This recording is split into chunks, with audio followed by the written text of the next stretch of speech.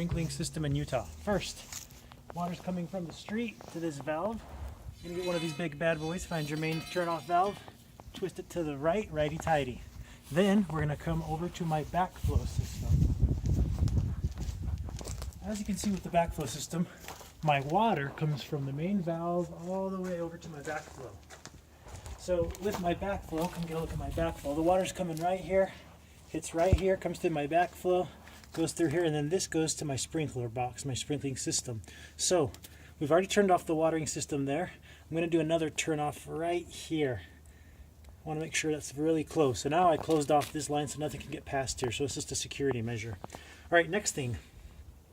When you open up this valve right here, because you have two valves for air, I want to use this valve for air because this is to my sprinkling line where I'm going to push air up through here. It's going to go down through and into my sprinklers. So I'm going to take this off and water's going to drip. That's normal. I've already had mine off. That's why you don't see any dripping. The next thing is I'm going to take this bad boy right here. See, there's a threaded end around there. This end is going to go into my air compressor. So that's how it connects. I'm just going to go and wind this in. This is a 1/4 inch connection. So that's a 1/4 inch connection. Get that at any hardware store easily. Go ahead and screw that in. And then once that gets screwed in, you got to take a screwdriver, flathead. You got to come and open up this part as well. So I'm going to go ahead and turn, open up right there, just a tad. Look, and a little water even came out. So just turn it 1/4 inch to the left. Open it up. Now, I'm going to put my air compressor on it.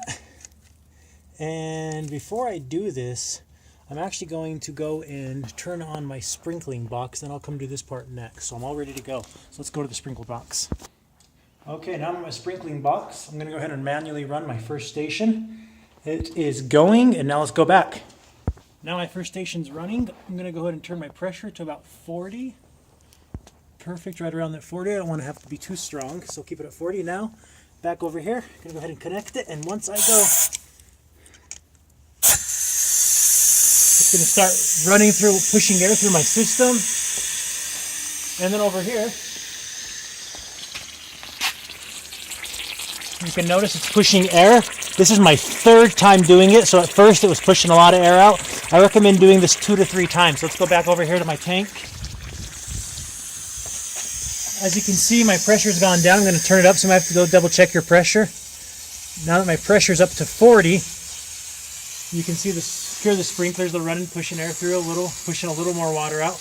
And then to come back to my tank, you see my pressure's coming down pretty quick. That's why this is my 3rd time doing this. I recommend doing about 3 times charging up your tank because it will take a few times to push it all out fully. And now I am all ready for the winter.